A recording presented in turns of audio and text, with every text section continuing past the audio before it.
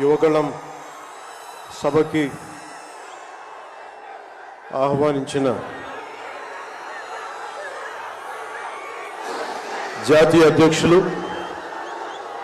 కింజరాపు అచ్చెన్నాయుడు గారికి,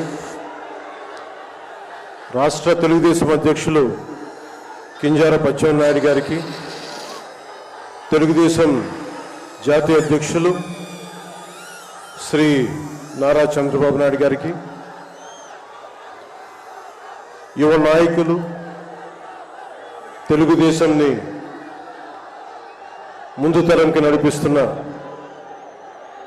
యువ నాయకులు శ్రీ నారా లోకేష్ గారికి, వేదిక పైనున్న తెలుగుదేశం పెద్దలకి, తెలుగు మహిళలకి, తెలుగుదేశం కార్యకర్తలకి, తెలుగుదేశం నాయకులందరికీ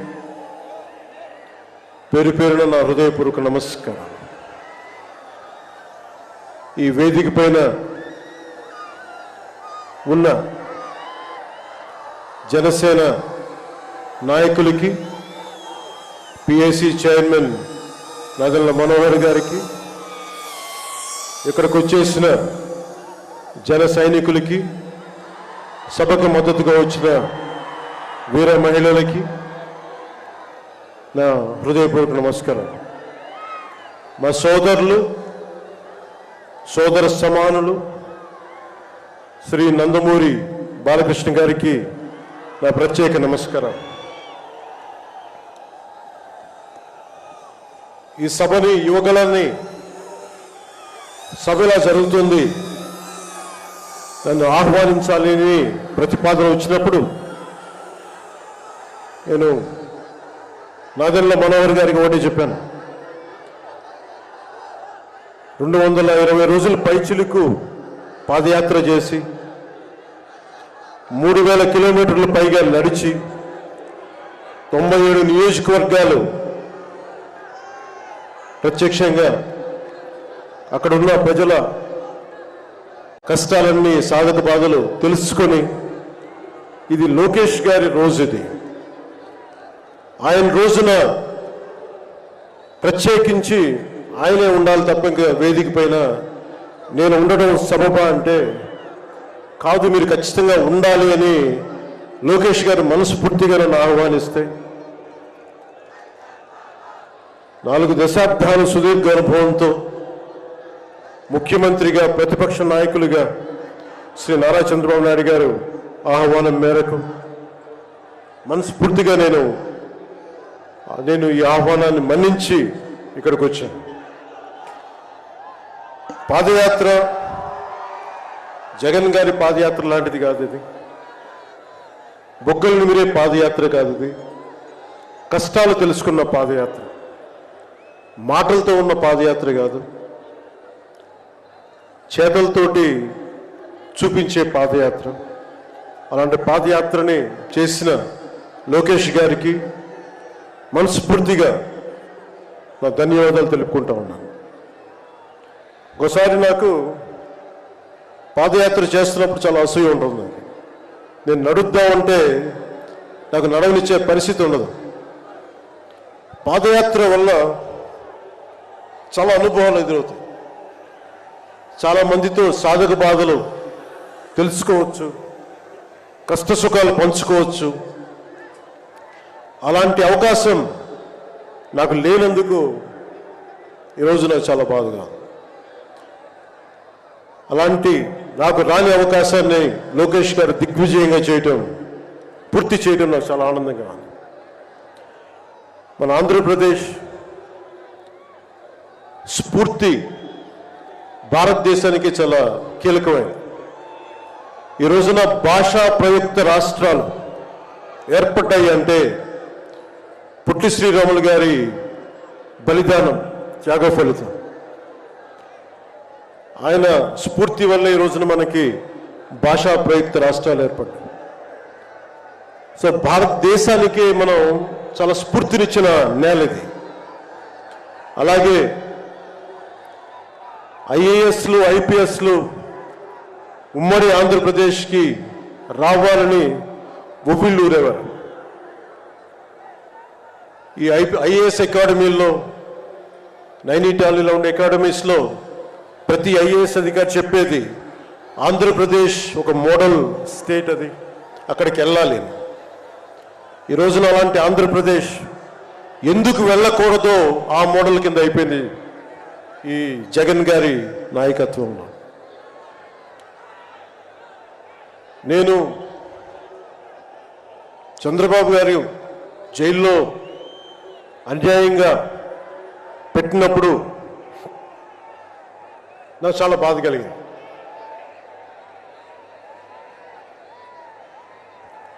కష్టాలు చూసిన వాడిని, కష్టాలు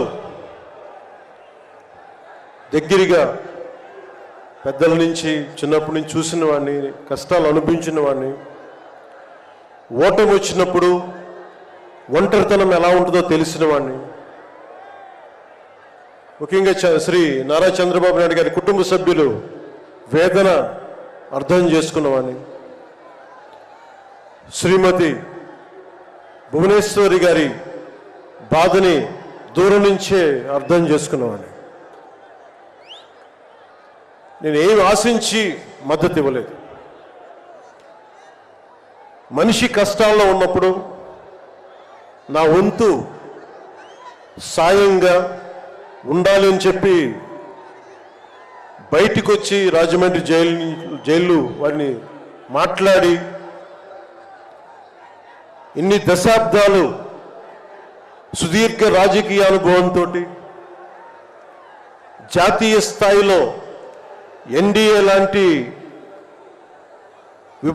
దీనికి పక్షానికి చాలా కీలకమైన బాధ్యతలు వహించిన వ్యక్తి, ఆయన్ని జైల్లోకి అన్యాయంగా పెట్టడం చాలా చాలా బాధ కలిగించింది. కాంగ్రెస్ నాయకులు చేసిన తప్పుకి సోనియా గాంధీ గారు పెట్టారు జగన్ గారిని జైల్లో. ఆ కక్ష చంద్రబాబు గారి మీద చూపించడం చాలా అవివేకం. ఇలాంటి పరిస్థితుల్లో రాష్ట్ర విభజన జరిగినప్పటి నుంచి 2014 నుంచి విభజన జరిగినప్పటి నుంచి ఈ రోజున హైదరాబాద్ రాజధాని ఆంధ్రప్రదేశ్కి తెలంగాణకి ఉమ్మడిగా అభివృద్ధి చేసిన రాజధాని.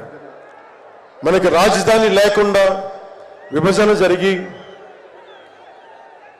సరైన పంపకాలు లేకుండా విభజన జరిగి ఇలాంటి కష్ట సమయంలో నేను ఆ రోజున తెలుగుదేశం పార్టీ, భారతీయ జనతా పార్టీకి సంయుక్తంగా నేను పోటీని విరమించుకొని మరీ మద్దతు ఇచ్చాను.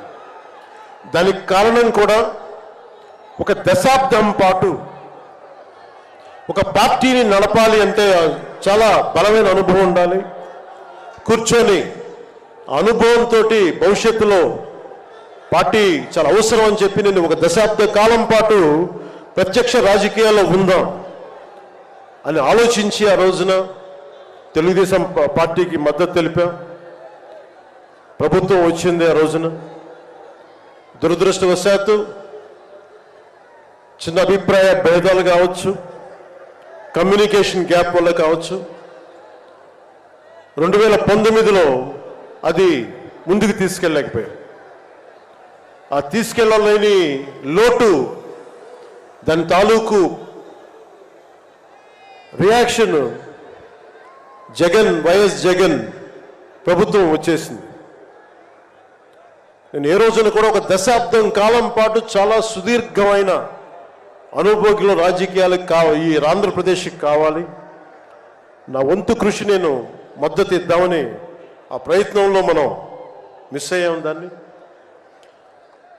ఈ 2024 మనం ప్రభుత్వాన్ని స్థాపిస్తున్నాం, మార్పు తీసుకొస్తున్నాం, జగన్ని ఇంటికి పంపించేస్తున్నాం. నేను వింటుంది 25 మంది ఎమ్మెల్యేలని మార్చారు, ఇంకొక 80 మంది మొత్తానికి కలిపి 80 మంది ఎమ్మెల్యేలు మారుస్తున్నారని నేను వింటా ఉన్నాను. మార్చాల్సింది ఎమ్మెల్యేలు కాదు, ఈ రాష్ట్ర ముఖ్యమంత్రి జగన్. నాకు జగన్ మీద వ్యక్తిగతంగా నాకు అసలు కోపం లేదు. నిజంగా ఒక బలమైన ఆధిక్యతతోటి ముఖ్యమంత్రి అయ్యి ప్రభుత్వాన్ని సమర్థవంతంగా నడిపి ప్రజలకి మేలు చేయాల్సిన వ్యక్తి కూల్చివేతలతో మొదలుపెట్టాడు. ప్రత్యర్థుల్ని ఇబ్బంది పెట్టే విధంగా ప్రతి ఒక్కరిని ఎదురు తిరిగితే ఏంటని ప్రశ్నిస్తే వారిని కేసులు బనాయించి ఇబ్బంది పెట్టే పరిస్థితుల్లో ఈ ముఖ్యమంత్రి ఉంటే నేను ఇలాంటి ప్రభుత్వం ఉంటుందని నేను ఊహించలేదు. ఆయన స్వయంగా ప్రమాణ స్వీకారానికి నన్ను ఆహ్వానించినప్పుడు వారికి ఒకటే తెలియజేశాను, మీరు చాలా సమర్థవంతంగా పరిపాలించండి, ప్రజలకి మేలైన ప్రభుత్వం ఇవ్వండి, మేము ఒక పార్టీగా ప్రజల పక్షాన్ని వహించి సద్విమర్శ చేస్తాం అని అంటే చెప్పి ఆయనకి నా శుభాకాంక్షలు తెలియజేశాను. కానీ దురదృష్టవశాత్తు ఈ వ్యక్తికి కక్ష సాధింపు వ్యక్తి, ఎవరు ఒక మాట అనకూడదు, ప్రజాస్వామ్యం అనే ఒక పదానికి విలువ తెలియదు, ఏదైనా మాట్లాడితే దాడులు చేయించడం, చాలా నీచంగా తిట్టించడం, ఇన్ని దశాబ్దాల ఆంధ్రప్రదేశ్ రాజకీయ చరిత్రలో ఏ ఒక్క నాయకులు కూడా వైఎస్ రాజశేఖర రెడ్డి గారితో కలిపి కూడా ఏ ఒక్కరు కూడా ఇంటిలో బయటికి రాని ఆడపడుచుల్ని తల్లుల్ని ఒక్క మాట లేదు. ఎవరు కూడా నాయకుల్ని తిట్టారు, విమర్శలు చేశారు, దిగుజారుడిగా మాట్లాడి ఉండొచ్చేమో, కానీ ఇంటిలో బయటికి రాని ఆడపడుచుల్ని, ఇంటి పట్టునే ఉండి బయటికి రాని తల్లుల్ని చాలా నీచంగా విమర్శించే ఈ సంస్కృతి జగన్ నాయకత్వంలో ఈ వైసీపీ ప్రారంభించింది. ఎంతమంది కన్నీళ్లు పెట్టుకున్నారు, ఎంతమంది స్త్రీలు బాధపడ్డారు. ఒకటే అనిపిస్తే ఈ వ్యక్తికి అడగాలనిపించినప్పుడు ఇంట్లో ఉన్న తల్లికి చెల్లికే విలువ ఇవ్వనేవాడు మన ఇంట్లో ఉన్న ఆడపడుచులకి ఏం గౌరవిస్తాడు? ఇంట్లో తల్లికి చెల్లికి విలువ ఇవ్వనేవాడు 30,000 మంది ఆడపిల్లలు అదృశ్యం అయిపోతే ఏం పట్టించుకుంటాడు? మొన్న 22 ఒక సంవత్సరంలోనే ఎన్సీఆర్బీ డేటాలో దాదాపు 10,000 మంది ఆడపిల్లలు అదృశ్యం అయిపోయారు ఒక సంవత్సరంలోనే. నేను మాట్లాడుతున్నప్పుడు డేటాతోటే మాట్లాడతాను. 2.5 సంవత్సరాల క్రితం వైసీపీ వాలంటీర్ వ్యవస్థలోని కొంతమంది ఒంటరి మహిళల మీద, ఆడపడుచుల మీద డేటా సేకరిస్తున్నారు. దీని మీద మీరు మాట్లాడండి అని చెప్పి చాలామంది పెద్ద స్థాయి వ్యక్తులు నాతో మాట్లాడినప్పుడు దాదాపు ఇన్ని వేల మంది, 30,000 మంది పైచులకు ఆడవాళ్ళు అదృశ్యం అయిపోయారు, మీరు మాట్లాడండి అని చెప్పినప్పుడు నేను నమ్మలేదు. కానీ డేటా తెప్పించుకొని చూస్తే నేను గళమెత్తినప్పుడు వైసీపీ వాలంటీర్ వ్యవస్థ మీద ఆ రోజున ప్రత్యేకించి చెప్పాను, యువతకి ఉద్యోగాలు వస్తే చాలా ఆనందించేవాడిని. కానీ కొద్దిమంది వాలంటీర్స్ చేసే ఈ విధానాల వల్ల ఒంటరి మహిళలు, ఒంటరి ఆడవాళ్ళు, భర్త లేని వారు చాలా అన్యాయాలకు గురవుతూ ఉంటే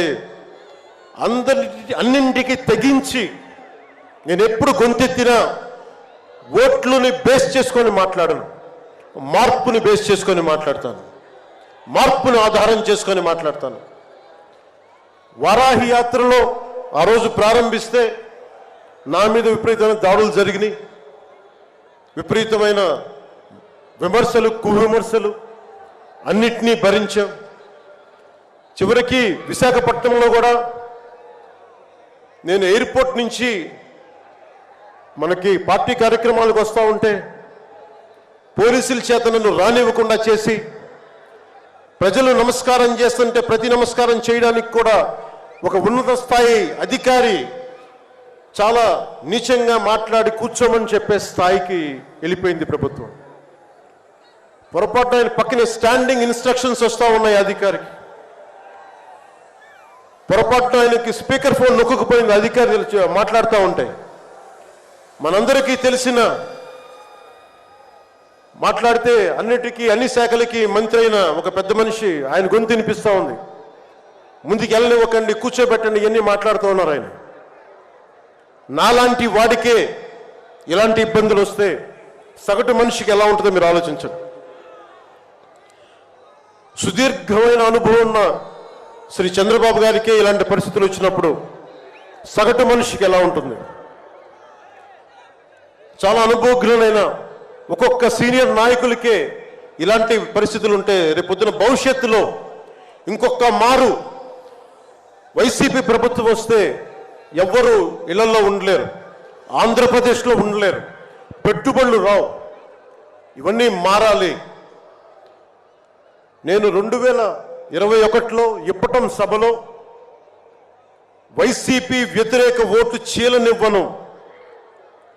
దానికి నాకేదో అద్భుతాలు జరుగుతాయని కాదు, కానీ నిజంగా యువత భవిష్యత్తును దృష్టిలో పెట్టుకొని, మహిళల భద్రతను దృష్టిలో పెట్టుకొని, మనకి వ్యాపారస్తుల పెట్టుబడులను దృష్టిలో పెట్టుకొని, సంక్షేమాన్ని దృష్టిలో పెట్టుకొని ఈ వైసీపీ ప్రభుత్వం మారాలి. వైసీపీ వ్యతిరేక ఓటు అన్నీ కలిపి ఏకతాటిపై ఒక ప్లాట్ఫామ్ పైన రావాలని చెప్పి ఆ రోజు నేను కన్న కోరిక, నా ఆలోచన ఈ రోజున మన ఉత్తరాంధ్రలో యువగలంలో ఈ విధంగా కనిపిస్తున్నప్పుడు ఒకవైపు తెలుగుదేశం నాయకులు, ఇంకోవైపు జనసేన నాయకులు, దానికి మద్దతుగా మీరందరూ రావడం నాకు నిజంగా చాలా ఆనందం కలిగిస్తుంది. మనం ఈ రోజున ప్రారంభించిన యాత్ర, ఈ రోజున ప్రారంభిస్తున్న ఈ క్షణాలు ఆంధ్రప్రదేశ్ భవిష్యత్తుని నిర్దేశించే క్షణాలు. ఆంధ్రప్రదేశ్ భవిష్యత్తుని మనకి చాలా బలంగా నిర్దేశించే క్షణాలు. ఈ రోజున నేను భారతీయ జనతా పార్టీ, నరేంద్ర మోదీ గారి నాయకత్వంలోని భారతీయ జనతా పార్టీ అలయన్స్లో ఉండి కూడా అందరూ అనుకుంటా ఉన్నారు, నువ్వు ఎలాగ మాట్లాడావు, మోసం చేసావు భారతీయ జనతా పార్టీ. చాలామంది కొంతమంది మాట్లాడుతూ ఉంటే వైసీపీ నాయకులు, వారందరికీ నేను సభాముఖంగా తెలియజేస్తున్నాను, ఆంధ్రప్రదేశ్ పరిస్థితులు ప్రత్యేకంగా నేను జాతీయ స్థాయి నాయకులకు వివరించాను. వారికి వివరించి నాకు వేరే దారి లేదు. నాకు రోడ్డు మీద తిరుగుదామంటే కేసులు పెడతా ఉన్నారు, ప్రజాస్వామ్యబద్ధంగా గళ విప్పుదామంటే కేసులు పెడతా ఉన్నారు, వ్యవస్థల్ని నిర్వీర్యం చేస్తూ ఉన్నారు. ఒక చిన్నపాటి సినిమా టికెట్లకు కూడా కూర్చోబెట్టి మొత్తం చీఫ్ సెక్రటరీ దగ్గర నుంచి ఎంఆర్ఓల దాకా వాడి ప్రజా వ్యవస్థలను దుర్వినియోగం చేస్తూ ఉన్నారు. నాలాంటి వాడికే సమస్యలు ఉన్నప్పుడు భవిష్యత్తులో ఆంధ్రప్రదేశ్ అంధకారానికి గురవుతుంది. దయచేసి మీరు ఈ గఠబంధన్ని, ఈ పొత్తుని మీరు మనస్ఫూర్తిగా మీ బ్లెస్సింగ్ కావాలి అని చెప్పి నేను అమిత్ షా గారికి తెలియజేశాను. వారు ఎంతవరకు ఒప్పుకుంటారో నాకు తెలియదు, కానీ నా మొదటి ఆఖరి ప్రయత్నం కూడా ఆంధ్రప్రదేశ్ భవిష్యత్తు బాగుండాలి అంటే ఎక్కడి నుంచి మనుషులు రారు, మన భవిష్యత్తుని మనమే నిర్మించుకోవాలి, మనమే కొట్లాడాలి. అలాంటి ఆంధ్రప్రదేశ్ భవిష్యత్తుకి వైసీపీకి నాయకులు అందరని చెప్పట్లేదు, కానీ గూండాగర్దీ చేసేవాళ్ళు, క్యారెక్టర్ అసాసినేషన్ చేసేవాళ్ళు, ఆడపడుచుల్ని అగౌరవపరిచేవాళ్ళు, వీరందరికీ సభాముఖంగా చెప్తున్నాం, ఇది ఈ రోజున మేము ఎన్నికల పొత్తు చాలా కీలకమైంది. మనం కనుక ఈ పొత్తు పెట్టుకోకపోతే భవిష్యత్తులో రోడ్ల మీదకి వచ్చి కర్రలు కత్తులు పట్టుకొని వైసీపీ గూండాలతో కొట్లాడాల్సి వస్తుంది. నేను కేంద్రంలో ఇదే చెప్పాను, ఈ రోజున కనుక మనం ఈ పొత్తును పెట్టుకోకపోతే నాతో సహా వైసీపీ గూండాలని ఎదుర్కోవడానికి ఒక కర్ర కత్తో పట్టుకొని మేము కూడా రోడ్ల మీదకి వచ్చి మేము వీధి గొడవలు క్రియేట్ చేసుకు మేము రక్షించుకోవాల్సి వస్తుందని చెప్పి నేను ప్రత్యేకించి కేంద్ర నాయకత్వానికి చెప్పాను.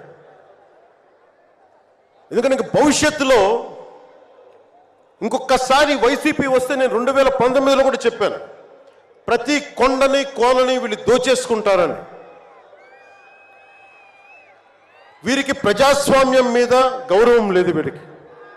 అందుకని ప్రత్యేకించి ఈ పొత్తుని సాధ్యమైనంత ఎక్కువ కాలం ఉంటే ఆంధ్రప్రదేశ్ భవిష్యత్తు నిలదొక్కునే వరకు ఇది ఉండాలి పొత్తుని మనస్ఫూర్తిగా నేను ఆకాంక్షిస్తున్నాను. నేను భవిష్యత్తు నేను కూర్చునేది రోడ్లు కానీ సోదరులు లోకేష్ గారు చెప్పారు, జనసేన ఆలోచన విధానంతో మేమందరం మాట్లాడుకున్నాం. భవిష్యత్తులో ఉమ్మడి మేనిఫెస్టో కూడా రిలీజ్ చేస్తాం.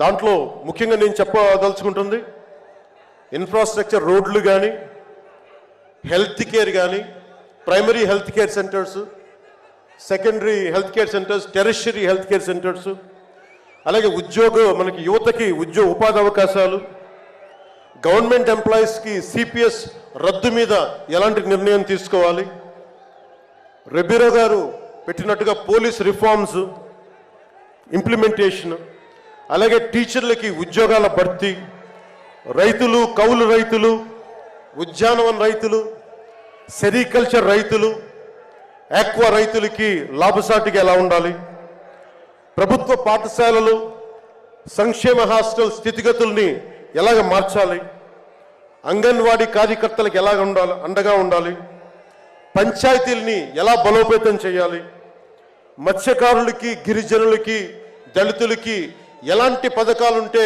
వారి జీవితాలు మరింత మెరుగవుతాయి, అలాగే చేనేత కార్మికులకి ఎంత అండగా ఉండాలి, వైద్యం అందుబాటులోకి ఎలా తీసుకురావాలి, సంఖ్యాబలం లేని బీసీ కులాలకి ఎంత అండగా ఉండాలి, వీటన్నిటి మీద చాలా లోతైన ఒక ఎక్సర్సైజ్ చేస్తూ ఉన్నాం. దీన్ని బేస్ చేసుకొని ఒక ఉమ్మడి కార్యాచరణకు, ఉమ్మడి ప్రణాళిక నారా చంద్రబాబు గారు మేము కలుసుకొని వచ్చే ఇలాంటి పెద్ద సభలో, రానున్న పెద్ద సభల్లో ఒకటి సంయుక్తంగా దీన్ని రిలీజ్ చేస్తాం. ఈరోజు నేను ప్రత్యేకించి నా మాటని, ఇది లోకేష్ గారి రోజు కాబట్టి, ఆయన కష్టపడి ఆయన రోజు కాబట్టి నేను నా ఉపన్యాసాన్ని కుదించే మాట్లాడుతున్నాను. ముగింపు వాక్యాలుగా నేను మాటకి, మైత్రికి చాలా విలువనిస్తాను. కష్టాలు వస్తే ఒంటరితనం ఎలా ఉంటుందో అనుభవం ఉన్నవాడిని. తెలుగుదేశం ఆది నాయకులు కొండంత కష్టంతో ఉన్నప్పుడు వారు, వారి కుటుంబం, వారి పార్టీ కార్యకర్తలు, వారి పార్టీ నాయకులు మీరు కొండంత కష్టంలో ఉన్నప్పుడు నేను అర్థం చేసుకున్నవాడిని. వ్యక్తి ప్రయోజనాలు, వర్గ ప్రయోజనాలు, పార్టీ ప్రయోజనాలు అన్నిటినీ దాటి ఒక తోటి మనిషిగా, ఒక సాటి మనిషిగా నేను మీకు అండగా నిలబడ్డాను. దాన్ని ఏమి ఆశించి చేయలేదు. నేను ఆశించిందల్లా 5 కోట్ల మంది ఆంధ్రప్రదేశ్ ప్రజల భవిష్యత్తుకి బలంగా నిర్మించడానికి మనం సంయుక్తంగా కలిసి రావాలని ఒక ఆలోచన తప్ప నేను ఏ ఆలోచన పెట్టుకోలేదు. ఈ మైత్రి,